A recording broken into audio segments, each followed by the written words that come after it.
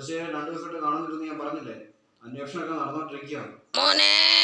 എടാ ഒരു മിനിറ്റ്, ഞാൻ ഫോൺ വെക്കുവാണ്. മുത്തശ്ശി ഭാഗം വന്നെന്ന് തോന്നുന്നു. മുത്തശ്ശി എവിടെ പോയിരിക്കുവായിരുന്നു? ഞാനേ എനിക്ക് ഇത്രയും പ്രായമൊക്കെ ആയില്ലടാ.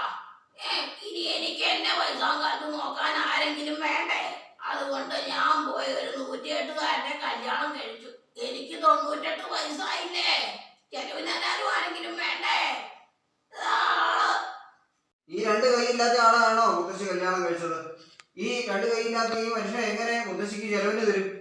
കോടികളാടാ കയ്യിലേക്കുന്നത്, കോടികളാ. എവിടെ? ലോട്ടറി കച്ചവടാ പുള്ളിക്ക്, ലോട്ടറി കച്ചവടം. ഇതാണോ ലോട്ടറി? എന്നാ രക്ഷപ്പെടുന്നത് തന്നെ. മുത്തശ്ശി ഇത് മോശമായി പോയി, വളരെ മോശമായി പോയി. ഈ വ്യക്തിയൊക്കെ എങ്ങനെ ചെലവിന് ലോട്ടറി കച്ചവടം കൊണ്ടൊന്നും രക്ഷപ്പെടാൻ പോകുന്നില്ല. എന്നെ എന്തെങ്കിലും പറഞ്ഞാൽ നിങ്ങൾ പറഞ്ഞിരുന്നോ അവനെ വിട്ടുവന്ന്? വെട്ടവനെ. ബാഹുബലിയിലെ അനുഷ വെട്ടിയതായ എന്റെ കൈ.